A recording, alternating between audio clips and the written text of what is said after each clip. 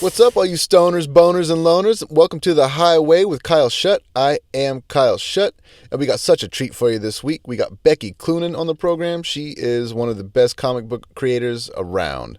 We talk all about her creative journey from studying under Ralph Bakshi. Yeah, you heard that right. All the way up to creating the latest issues of Wonder Woman. So this lady has class.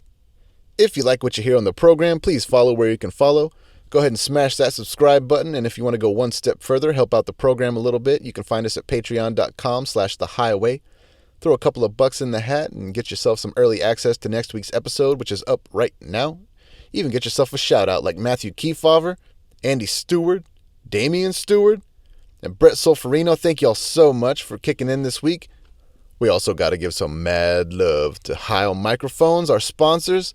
If you like the way I sound, it's because there's a Heil in front of me. Now, I love playing guitar in a band, and I love tending bar across the land, but I love doing this show because I get to do things my way. The Highway.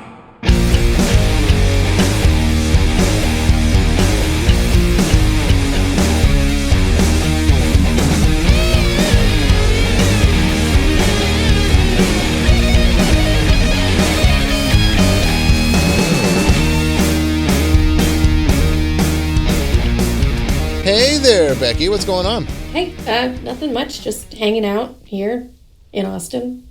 Yeah, Becky Cloonan, everybody, from too many projects to announce. Some of my favorites, like Southern Cross, were just awesome. It was like a Agatha Christie in space. Yeah. Kind of adventure, espionage. I just loved it. Thanks so much for being on the program. Yeah, no problem. I think we met in 2012, I want to say, around then, because you were living in Montreal. Yeah, I was up in Montreal. And, you guys were on tour with American Sharks, I think. Yeah. And I had done work for you already by then. I think so too. Yeah, because I think we got in touch from a man named Mark Irwin, who ran a collective of comic book artists that just sort of did freelance work for bands, like doing t-shirt designs and stuff, and we really liked what you did. I know you did the Veil of Isis design. That might have been one of the first ones. It was the first one. Was beautiful. It was the old man. I can't remember it was like for a song, and I can't remember the song, but it was like an old man shirt kind of thing. Oh yeah, that was the Veil of Isis, wasn't it? Yeah, and it was like real flowery, and it was just so much different than everything else that we had at the time. That was one of the sword tricks, is we always, when it came time to make t-shirt designs for tour, we were just like, well, the album's got 10 songs on it, so just make a design per song, and then boom, there you go, you got designs for the world tour. I love that. Your stuff was so different than anybody else that we had, and we wanted more. We had to have more. Thank you. That's a compliment. I'm taking it. I'm going to compliment you a lot here because there's just so much history here. We've actually been friends for quite a while. I come across your work in the funniest places. Sometimes I'm an avid reader. I love any genre pretty much, but especially the classics. If I can find a good deal on something, I'll buy it. Like I used to go to Half Price Books in Austin a lot, and you'd be walking by the counter and see like the complete works of William Shakespeare for $5. I'd just be like, well, I'm a fucking asshole if I don't buy this. Yeah, of course. Kind of thing. But I don't know why, but I was really wanting Bram Stoker's Dracula. So I was like, oh, I'll just go to Half Price and pick it up. And I go to the Stoker section, and there it is, Bram Stoker's Dracula as illustrated by Becky Cloonan. I was like, God damn it. when me and Bram work together, we go way back, actually. way back. Yeah, I did want to ask you how that came about. Like when something so classic and well known gets optioned like that. Like, who do you deal with? That was through a literary agent, and she got in touch with me because she heard about this. I was like living in New York at the time, I think, and Scholastic. I want to say, I can't even remember right now. This is horrible, but. They wanted to do like a new adaptation of Dracula with not even an adaptation of it, just an illustrated hardcover edition. And this, it was because the movie Dark Shadows was coming out. And so they were like, we need to put out a new edition of fucking Dracula because everyone loves Dracula. Vampire fever comes up about every 5 years, right? Yeah, Something yeah, it's like that. it's on a big cycle. You know, it's a whole werewolves and then zombies and then vampires, and it just goes and goes. And I tried in that book particularly. I knew it was like connected with Dark Shadows, but I didn't want to have any like connection to the movie besides just their like ad campaign, I guess, when the book first came out. And so I tried to like just, you know, I didn't use any black. Everything was like dark blue and like dark reds. So it was like a different feel. It was like less like hyper gothy. I don't know. It was different. And some of it worked and some of it didn't. I don't know.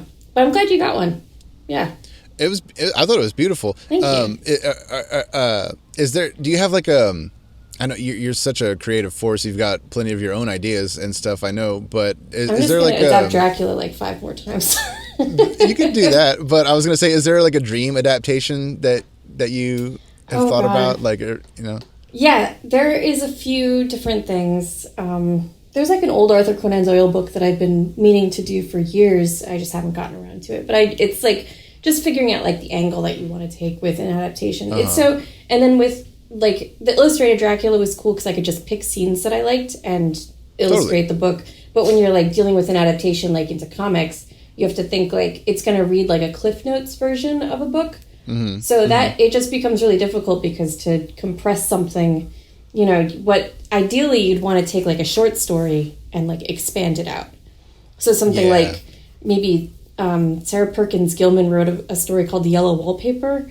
And it's like a great horror story. If you haven't read it, you definitely should. But that's one that I would definitely like to adapt because it's like, it's short, it's succinct, it deals with like postpartum depression and like, you know, it was very ahead of its time for when it was written like in the, I want to say late 1800s or early 1900s. And it was very like feminist during a time when that wasn't always the case. Yeah. But that's a great story. I would definitely adapt that. Would you liken it to writing a movie? Like a screenplay or something like that? Or is it like a totally like different monster? I think there's a lot of similarities. I had a background in animation, so I came from like storyboarding and like that kind of thing, like what I was trained to do at school, I guess. But comics is like, it's like a storyboard, but then you have to think about, well, you only have like so many pages, and on every page only a certain number of things can happen, so you're constantly thinking about like, well, what are the emotional beats that have to happen on this page, and what are the action that can it all be done? Is it gonna like work when you turn the page? Like how is this whole book gonna work together? What's your format? Is it digital or is it print? Is it like issues or is it a graphic novel? There's like so many different factors into making a comic or making deciding how your story is going to work as a comic book. But it can be done. It's just different, you know? Were you always into comics, or was it kind of like a later in the game kind of thing? Yeah. Oh, no. Me too, since I was a kid. Yeah, the same. But Batman was my first. Yeah. Batman? Yeah, well, it was, I think I don't know what the exact first book I ever had was, but it was definitely a Batman book, and I was really into when the Tim Burton movie came out, and that was, 89? Yeah. Because I was born in 83, so I would have been about, 6 or 7, and it was just Batman fever, like, swept the nation at that point, and I was wicked into Batman. But then whenever I heard about these X-Men... Oh, yeah. I was like, whoa, there's one with claws, and there's one with laser eyes, and there's a chick that can touch people and drain their life. Whoa! You know what I mean? I was hooked on X-Men. And it was always, it's funny, I'd love your take on this, because growing up in the I guess early 90s, getting into all the comic books and stuff like that, I was a nerd. I used to get made fun of so much for reading comics and stuff like that, and it's just so funny how it's just become like the standard mainstream thing. If you're not into the Avengers, then what have you been doing with your life? Yeah. It's almost turned me off to it. I hate to admit that, but it's true. Like the whole Punisher skull being appropriated for that's awful. All the wrong reasons. I know. I worked on the Punisher for a bit too. And I know, that was one of my favorite ones. You had such a unique spin on it. It was fun. I just pitched it as like, well, it's Jason Voorhees, except he like kind of kills bad guys, I guess.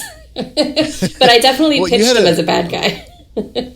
Yeah, but you had like a survival spin on it too. So it was like Punisher with no guns. I know. I was like, I'm gonna take away his guns.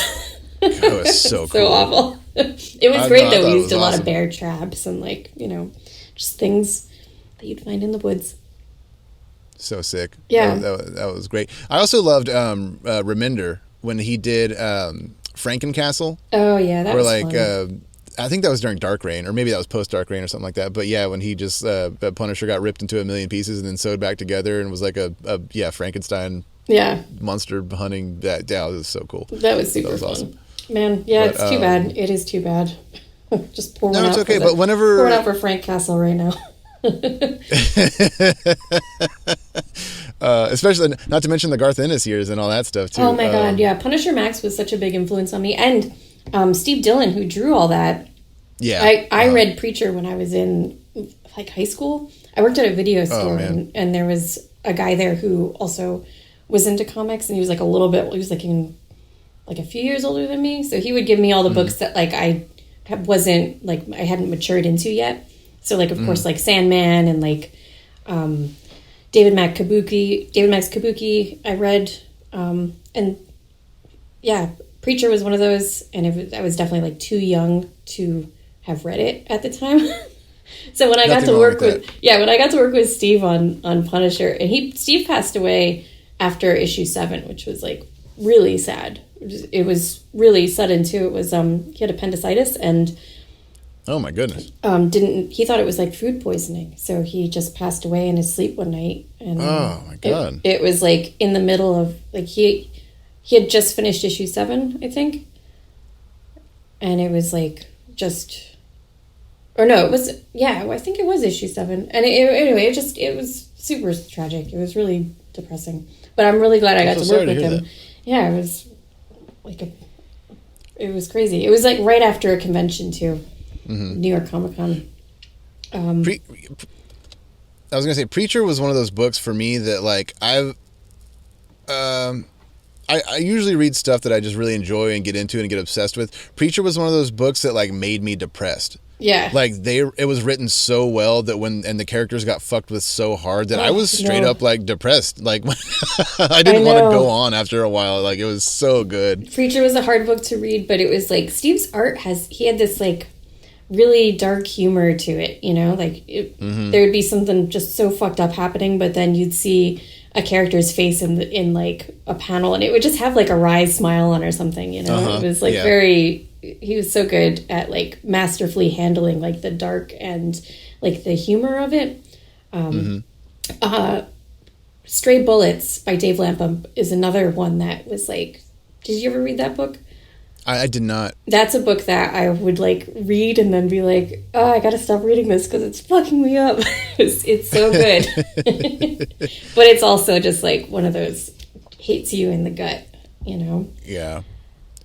Cerebus was kind of like that for me, but it was so long that I don't know. It was just, I mean, people have mixed feelings about Dave Sim, but you can't deny that book is like just absolutely, it's incredible. I read his guide to self-publishing, Dave Sim's guide to self-publishing when I was in high school. It was one of the guys at the comic shop knew that my friends and I like to draw, and so he like pulled it aside and he's like, you should take this book. And it was like so depressing. I was like, I'll never be able to make comics if this is what his like whole guide to self-publishing was basically like, you'll never be able to do this, and if you do, you're gonna it's like yeah, no, I know what you mean, because like in the music industry with like Steve Albini, he wrote this essay that was just like, if you can make it to the end of that thing and you still want to be in a band, then you might stand a chance at it. I can only imagine. And as a kid, you read it and you're like, well, it goes on your hopes and dreams are like, just, I guess I gotta find a new career path, I know. It didn't help that he was the most bitter Canadian to ever exist. Like, I know, ever. But you don't know that. As a kid when you're reading it, you don't know anything about the people that you're like reading the books of or listening to the music of. You're just like, well, this person must know what they're doing. They have no idea what they're doing. No one ever knows what they're doing. He was one though that like would actually like Peter David did this kind of too. He would write essays at the end of his comics, so you could like keep reading. And so you I don't know, like I don't know which book. I think it might have been Read, the one Read, it was what it was called, where like it was mostly essays, and he would sprinkle in like a little bit of comic at the end where I was just reading the stuff. I was like, my God, dude, like what do you do all day? There was definitely a point in time when I read that and I was like, maybe I'll stop reading this book. There's so many other books you could read. There's so many other books I could be reading. Yeah. But whenever I was gonna say whenever comics sort of became really mainstream, that's sort of when I kind of got into more of like the indie stuff, because there's so much of it out there, and like I can't tell you, no offense at all, but I can't tell you the last time I read like a big blockbuster style book. I'm so out of touch with like the current universe. Oh, you know, same here. If I didn't work in it, I would be and I do work in it, and I'm like, what's going on? Yeah, I know. Like, do you have to have like meetings where like, hey, so what's going on now? Like, yeah, what, we with do. the Hulk There's team or whatever. Yeah. For like we just did the big Future State thing with like Immortal Wonder Woman and like the Midnighter book that came out this week. And like leading up to it, it was just giant meetings with like a ton of people. And it's cool because everyone's like giving their ideas and like. But sometimes I'm like, what am I doing here? But it is like. I do like to keep up with what's going on just because I know, like, so many books that come out are like, oh, I know this person, or like friends got, everyone, when you look at the shelf, you just see like everyone that you know. So it's like, exciting, and it's also hard to keep up with, but I try. They just keep cranking them out. Like, you have to be hooked. You know what I mean? Like week to week or whatever, if you want to like really keep up with it all. Yeah. Which is, I mean, good marketing, but at the end of the day, I stopped reading single issues from Marvel specifically because my favorite thing to do in the world is smoke weed and read comic books, and like half the ads in the issues are anti-drug ads, and I'm just like, I can't, like, this is what I'm paying for. Is it a drug? Is weed really a drug? Is that like, are we still I don't know. That? Back in some states, I suppose, but yeah, that's a different podcast. Actually, no, this is this podcast, The Highway, but. I wanted to ask you about not your work specifically, but if you want to talk about it, that'd be great. But just comics in general, getting optioned for film or TV adaptations or something like that. It seems like in the music industry, very rarely does something get recorded that doesn't get released. Yeah. Or like something every once in a while, sure, like a band will get together and make a record and then sign a deal, and then the label shelves it. Or, maybe a big artist does a record that might get shelved and then reproduced by somebody else, and then you lose it. But for the most part, it's all out there. And but with comics, I know, like, or film in general, it just seems like so much gets bought up and just never made. Is that the case, or is it kind of? Oh yeah, has it changed over the years? I think I've sold a few options, and never. I mean, options aren't like super lucrative. But Southern Cross was one that got optioned by Fox recently to do. They want to do like an anime out of it, so it's like Crunchyroll basically optioned it. Please make that. I know. Please make that. I want that to happen so badly, but it's in like the option stage, of course. So it's like I don't talk about it really because there's nothing really to talk about. It's not super. It's exciting in the fact that we're there, but it's also like. Nothing will probably happen, which is how it usually is. Right now, especially, I think with all the streaming services, like everything's getting optioned, and it doesn't necessarily mean like everything's going to get made. Totally. Yeah. It's just like they're just waiting for that team or that script or whatever. Yeah. Just waiting for the money to rise to the surface. Yeah. Exactly. And so much of it has to do with like, who's involved and who sees it, who likes it. Yeah, I don't know. I haven't worked on too many things. I haven't done too many like creator-owned books. Most of the work that I do is for like Marvel or DC or like Dark Horse or something, and it's with like other people or on like licensed properties. So, I don't have too much experience with that. But maybe one day I'll have a movie. We could just do the Becky Cloonan documentary. Yeah, that'd be great. Sure. I mean, there's always like, I could always just like kickstart something, maybe get something going on my own, but that's so much work. You've done it. I can't do that. Kickstarter. I like to. I say that it's like signing up for a heart attack. I don't want that. Yeah, it seems like a great idea, and then you launch it, and then like, about 3 days in, you're like, "This was an awful idea." You do it so well. I thank you. I appreciate that. It definitely causes my hair to fall out, but you just have to keep at it. The Kickstarters are funny because it's like taking one job and making it into 3 jobs, because then you have the entire job of creating your promo and everything before you even launch. Yeah. And then that's a full-time job, and then you have to do the campaign, which is 30. I recommend 30 days. You can draw it out into 60 if you want, but I wouldn't wish that on anyone. You just pick a 30-day campaign, and then you grind hard for 30 days straight. 24 hours a day, no time off. And then if it works, then you have to do the job. So it really is like creating. And then fulfillment on top of it. You know, you've got to get all the backers, all their goodies, and mail it out to everybody. And, then you're doing customer service too, because everyone's like, where's my thing? I enjoy that part of it. I really appreciate direct fan involvement. I do too, but I hate emails. Yeah, I just try to just steamroll it. As soon as I get one, I reply right away. I just if you let them pile up, you're doomed. I do it. I do it once a week. Actually, we have an online store. Nice. And I have Sunday is the day. So then Sunday I go through and answer emails, sort everything out, and then pack all the stuff, and it becomes a 1 day thing. You're smart. I should do that. Well, it's so it doesn't take up the entirety, because you could just do it every day and you'd have a little bit going every day, but then I find it's just easier to just focus it out and get it all done at once.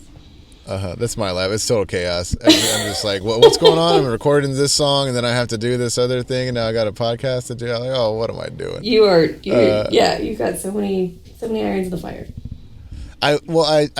Whenever I guess we don't have to talk about the pandemic so much, but it's hard not to bring it up at least. But whenever the pandemic first hit and the quarantine hit Austin, instead of being depressed about life, I just decided to be stressed out about way too many projects. And it's still I'm still stressed. I'd like to think that in 10 years, everything will be back to normal and fine, and I'm still just so stressed. And be what happened? I can't stop working. He never left the quarantine yet. Kyle's still in quarantine. Yeah, right. Yeah, I know. I'm just locked inside my house all the time. Haven't seen the sun. Oh, that's me. That's me. But how did I know that?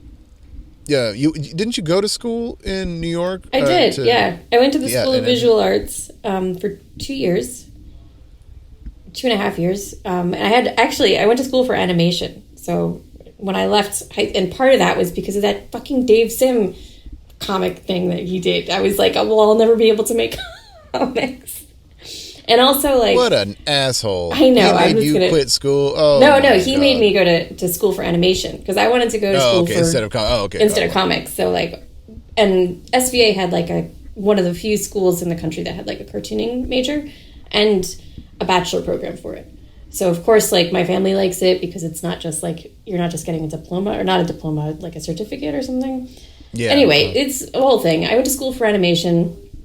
2 years in, the animation industry bottoms out.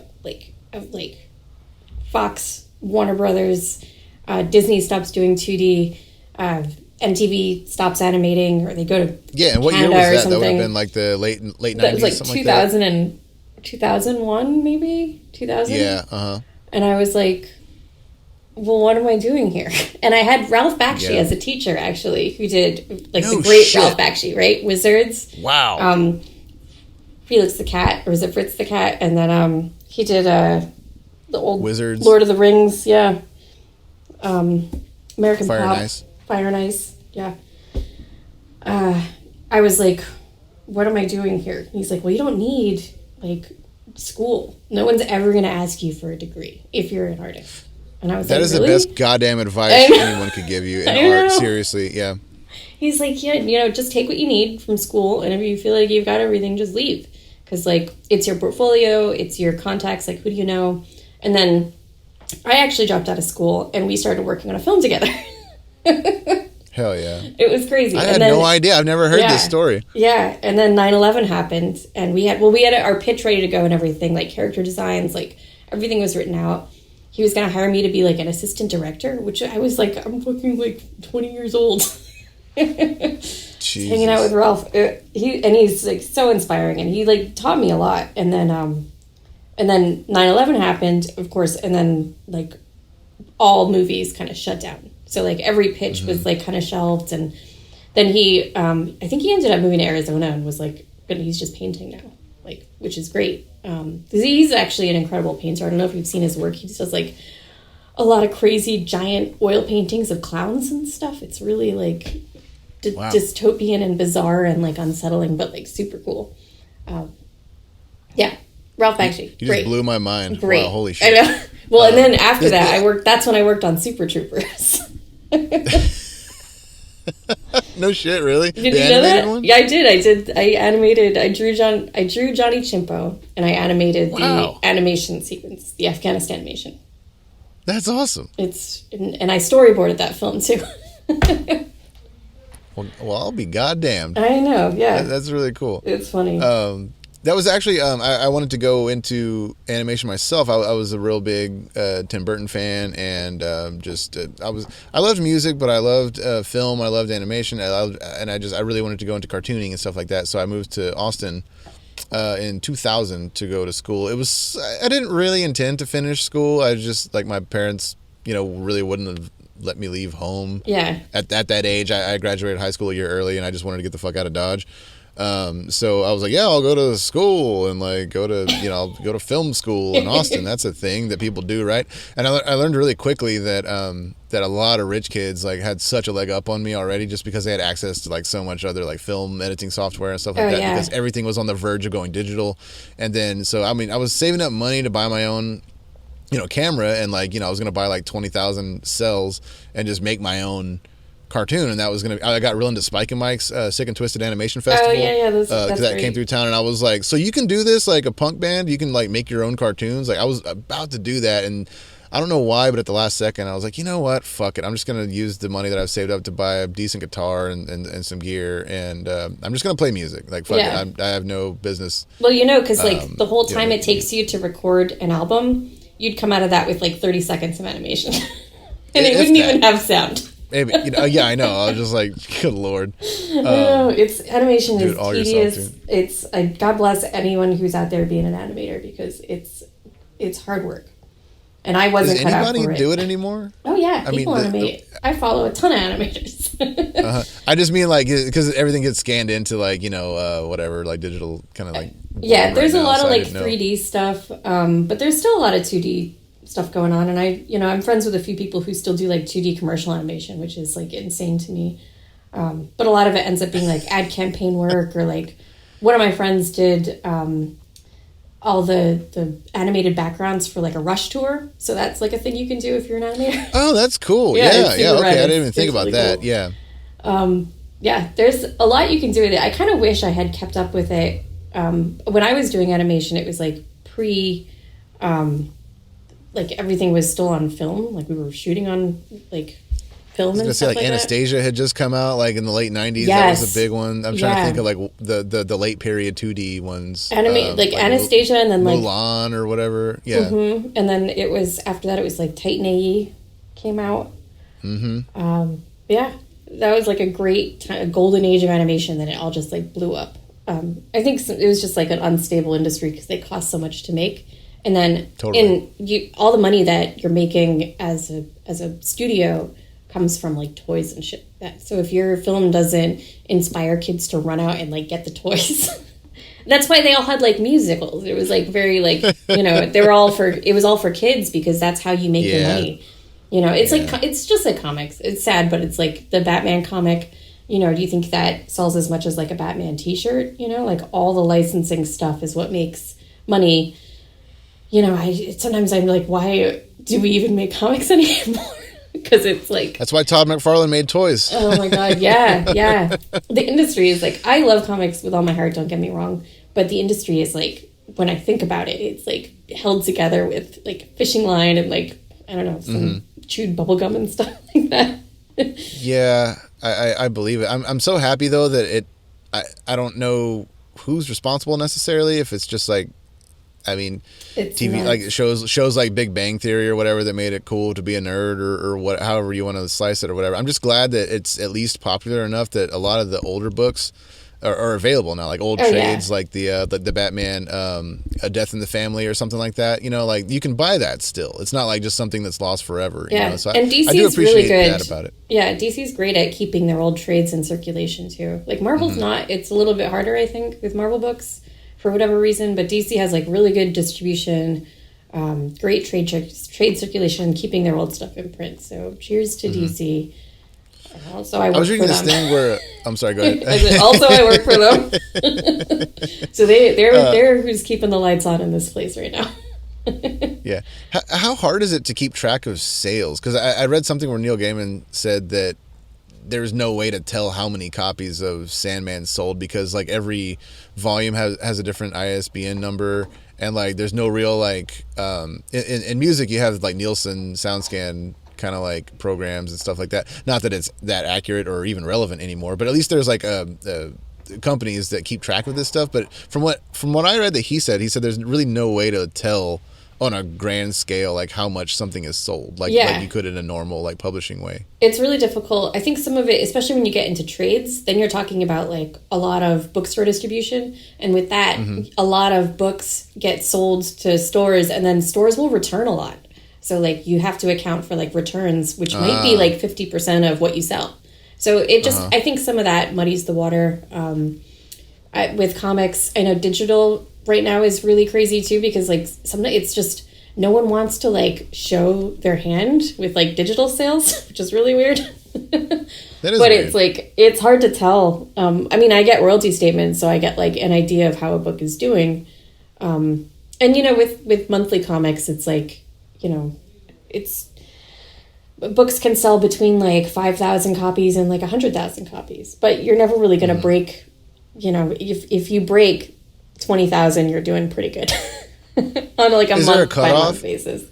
Is there like because some of my favorite teams have been canceled. Oh yeah, for sure. You know, like I didn't know if there was like an actual like number where they. I don't know if there's a number. You know. But like I had a book canceled this year. It was Dark Agnes, which was a Robert E. Howard adaptation, and it was for Marvel because they got the license to all the Robert E. Howard books like Conan and like Solomon Kane and like stuff like that. So Dark Agnes was one of them, and I wrote like a 5-issue series, and issue 2 came out, and then pandemic hit, and they just canceled like 30% of their books. And Dark Agnes wasn't selling super great. I think it was like low thousand. It was like 5,000 or something, 6,000, and they were just like, yeah, it's not, numbers aren't there. It's a licensed book, so they don't have like any investment in it beyond keeping the licensor happy, you know? Yeah. So it was like I got super,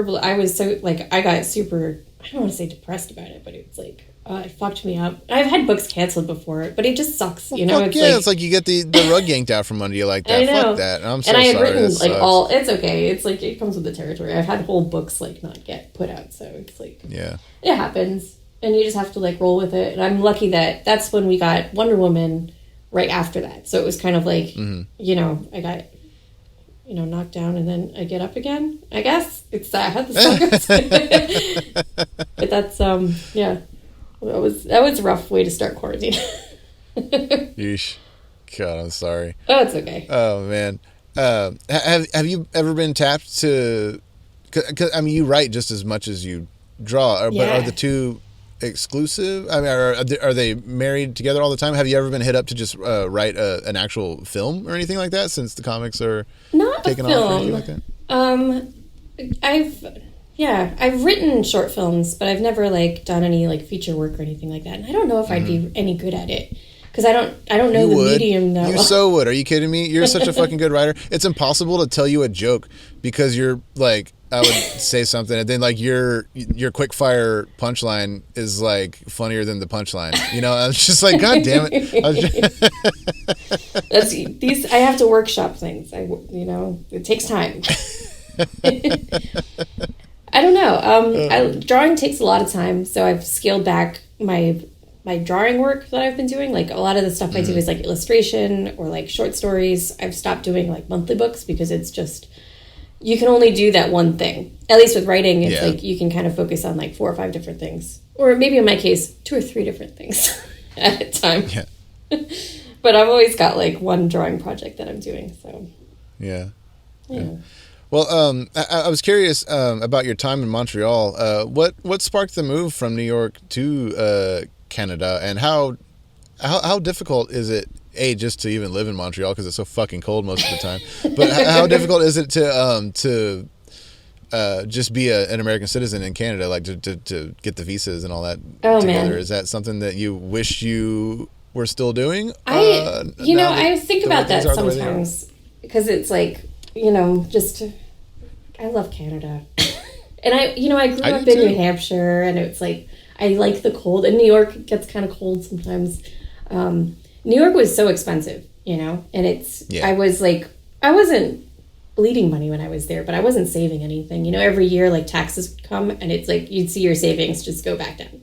And every year you, like, make a little more, and then it goes back down. So it was hard for me to, like, have a studio there and, like, really try to, see any future in the city where, you just feel priced out. And then after a certain point in time, you're not using the city anymore. Like, I stopped going to museums, and, like, I stopped going to shows, and I was just like, I'm old, and I'm living in Brooklyn, and I never leave my neighborhood. So I was like, why am I here? And then, what happens is you start dating a Canadian. And then you got to figure out where you're going to live. So I was dating a guy who lived in Toronto, and he did comics, too. So we met at, like, conventions and stuff like that. And after a while, it was like, well, let's maybe, we did long distance for a bit, and then it was like, see if it worked, and it didn't work, but we remain friends. It's actually Andy Belanger who drew Southern Cross, which we started after we broke up, which is crazy, but it like ended up saving our friendship, because we had to like hang out because we had this book together now. Yeah, and when I started reading it too, I was like, this is like the Fleetwood Mac rumors of like comic books. This is great, yeah. It's crazy. Because I had known both of y'all from meeting you in Montreal, and you actually you did one hat. We released a double 7-inch instead of a single. We wanted to release a double, and so you did the art for one half of it, and he did the art for the other half. It was the Hidden Masters was my side, and his side had a mountain. I think it was Arcane Montaigne. That's the one. Yeah. It was great. He's a great dude. It just didn't work out for whatever reason. But he was living in Toronto, and so when we decided to move, I was like, well, I don't want to just move to Toronto, because Toronto is also expensive. And so we decided on Montreal because it was still kind of close to everything. It's like northeast, great city, very French. The problem was the Quebecois attitude. Yeah, it's a lovely place. Yeah, I love it. I love Montreal so much. And we had like our studio space was like super close to the Ubisoft building, so we had a lot of friends who worked there. So it was like great. A lot of camaraderie and like everyone's like doing something all the time, which was nice. But the problem was like in Quebec, you have to get like a federal visa and a provincial visa. So my federal visa got accepted when I was trying to stay. And then my provincial visa got denied. So my immigration lawyer was like, well, you could move to Toronto. And I was like, I don't want to move to Toronto. And that's when I moved to Austin. Back when it was fun. Yeah. Man, I don't like to be one of those people that just bags on Austin, because even when I moved there in 2000, it like the whole vibe of the people that had been there for a while that I got, they were like, it's over, it's already over, man, Austin's already blown up. I was like, what are you fucking talking about? My rent's $200 a month, and like your show's 7 nights a week. Like, this is amazing, It was still cheap, but even now when I live here, like the place I got is like it's cheaper than anywhere else that I've lived. So I don't know. And for what you get too, it's like, like when I moved, I was living in Brooklyn for a minute, and then I tried to move back to Austin to save some money. Newsflash, no longer an ability to do just because. But what I can say was that what you got for the money was a lot more. Yeah. Like a house and a yard and stuff like that. So more space. But it's great. We're able to do we have like an online store. And it's like we're able to do that with like we have a whole room for it, for like packing and shipping supplies and poster rolling and stuff like that, which would never happen in New York or many other cities. Yeah. But yeah, it's and I think pandemics changed a lot of things too, especially as people who like work at home. I'm like, how much do I need to stay in a city now? Totally. So it's, we've been thinking about, like, my partner and I just maybe, I don't know, like, what's the next thing after this? Because I don't even know if we could buy here, I couldn't. I got the hell out of Dodge. I bought an Airstream travel trailer and a truck, and I couldn't afford anything. You know what I mean? So I literally just bounced. I hit the road. Yeah. That's another reason I call this podcast The Highway. Just because, like, I'm just cruising on the road, smoking some weed about it. Just fucking trying to find life somewhere at the end of this road. There's going to be something for me. Yeah. But who knows I like what the it's metaphor. going to be. But yeah, I'm excited to find out what that thing is. I might go up to Maine. I think I'm going to go all the way up to Maine. We were actually talking about Providence. Ooh, but I like it up there. Maine is also great. Yeah, Providence is cool. Maine is cool. Well, I like in Providence how you got weird. Oh, I love Maine. That's why I love it. It's so fucking weird. It's, it is weird. Stephen King's one of my favorite authors. Anyway, Oh, I don't know. He's not a. He's just a. He's a maniac. He's a Mainer. Oh yeah, for life. And it just, I don't know. I visited there quite a bit, the coast and inland, and I don't know. I fucking love it up there. It's brutal winters. But with the global warming they got on us, it might not be that bad for much longer. So I don't know. I might take it up to Maine and just build myself a little log cabin and just tell the world to fuck off. As long as I got some internet and I can keep talking to people and and posting my stupid songs, I think I'll be fine. Everything's super close up there too. It's like you could drive a couple hours and then bam, you're in Boston. There's no people. Yeah, it's great. And then here it's awesome. like you drive a couple hours and you're in. Where are we? There's nothing really. It's crazy. One thing I love about Maine is that everybody does everything for themselves up there. Like, there's no weed dealers, really, because everybody just grows their own weed. So, like, if you ask somebody, like, hey, man, can you give me some weed? They look at you like, what, like, sell you weed? That's fucking weird. Like, why don't you just grow weed? I just love that attitude that they have up there. And there's not too many bands from there, but Today Is the Day is from there. And I just I know there's you can be. You can be from Maine. From Maine, you can totally be from. I could be from Maine. You could be. You could definitely be from Maine. Yeah. Let's do it. I like. Let's go, everybody. Hitch up. We're going to Maine. Providence is cool though. There's I like how in Providence you don't call them hot dogs; they're called wieners. And if you call them hot dogs, everybody looks at you like you're a fucking psychopath. I did not know that. Funny. See, I haven't spent enough time in Providence. Don't make that mistake. I will not. I'm going to tuck that one away. Anybody from Providence knows. I was also thinking about Philly. Philly's super cool. We were just there last year. Philadelphia. Which I used to thought you said like Chile. I was like, you going to Chile? Fuck yeah. Let's go, man. Like, why not? At this point. Yeah. Philly's rough though. Yeah, y'all think about Philly? Philly's great. I was thinking about it, but we had this summer my stepdad had a stroke and I was I'm so sorry. I want to move. Thank you. He's doing okay, but it made me just think like I should move closer to like my mom, So that's part, and she's up in New Hampshire. I don't know how long they're going to stay there for, like, because she's still working, but she's a teacher, and it's her last year. Is like pandemic year. They wouldn't let her like, oh god, yeah, his health insurance is on her plan. I'm probably giving way too much information out right now. But anyway, it's a whole thing. Hey, this is real stuff, man. Yeah. People need to know, God bless the teachers because they're doing, it's crazy right now. But yeah, what she's had to deal with is nuts. So like, I was like, I should probably move closer. Because I felt really bad, you're so far away. And I actually took the trip up, like, I hopped on a plane and like, it was like July or something, like late July. Mm-hmm.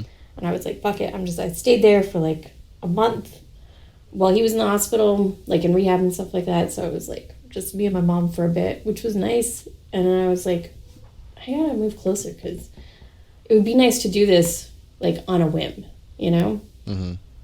And I have never, once I left New Hampshire, I kind of just never looked back. I was like, smell you later. Just get out of here. Yeah. And now that I'm older, it's like, it doesn't feel so much like you're returning to a place that you tried really hard to escape. It feels like you're returning to a place that like, it's changed maybe a little bit, but like I've changed so much. It doesn't feel like that horrible place anymore. I get that. Back, yeah, for sure. But I don't know if I'd want to move back there per se, but it would be nice to be closer to be able to like visit and stuff like that. So With me, it was like Midland, Texas, kind of like the whole Friday Night Lights thing and all that. Yeah. Like that's where I left, and I Wow. hated it. I had to get the hell out of there. And then eventually my parents left too, so I never have to go back there. Yeah. I don't want to. So stoked. I'm never going back. If you live in Midland, I feel sorry for you. I'm really happy for you. But well, thanks so much for coming on and gabbing with us about comics and music and stuff. I really appreciate it. Yeah, of course. You're one of the greats. And We could have shit talked a bunch of famous people the whole time, but oh well, maybe next time. Yeah, next time. Maybe I'll just talk more about my mom, who is great, by the way. Glad I had a good mom. Shout out to Becky's mom. What do you have going on right now? Anything exciting coming up that you want to talk about? Actually, yes. So, Immortal Wonder Woman just came out this week, and Superman Worlds of War just came out this week, and my partner Michael Conrad and I both have, we wrote Immortal Wonder Woman together, and the Midnighter backup that's in the Superman book. So if you're a fan of DC Comics at all, these are like one-shots. They're short. They're only 2 issues each, so you can just like go in, buy one, and then get one. But Immortal Wonder Woman sold out before it even hit shelves, which was crazy. So that's like big. Hell yeah. I felt really good about that, and then because it was like I needed a win, God knows. Mm-hmm. And then I've got a Batman black and white story coming up in February or March or something like that, which is cool. But I'm gonna have to get that one. Yeah, it's great. Terry Dodson draws it, and it's amazing. I wrote it and I did the cover. So, and I've drawn one before, so I feel like I've did like a little around the world with that one right there. Hell yeah, that's awesome. Yeah. And you know what DC stands for, right? Dope comics. Dope comics. Yeah, is it not? I don't know. Like, It's the best it does I got. stand for something. Well, thanks again. It's always a pleasure. And you've got my number. Hit me up anytime you need anything. I will. Yeah. It's good talking to you. I miss you. Same here. I miss you too. Thanks so much for tuning into The Highway this week. A big shout out to Reverend Guitars, Railhammer Pickups, and Earthquaker Devices. If you liked what you heard, you can follow where you can follow, subscribe where you can subscribe, and if you want to go one step further, you can support us on Patreon at The Highway with Kyle Shutt. For a few bucks a month, you can help us keep this party going, get early access to next week's episode, and even get yourself a shout out.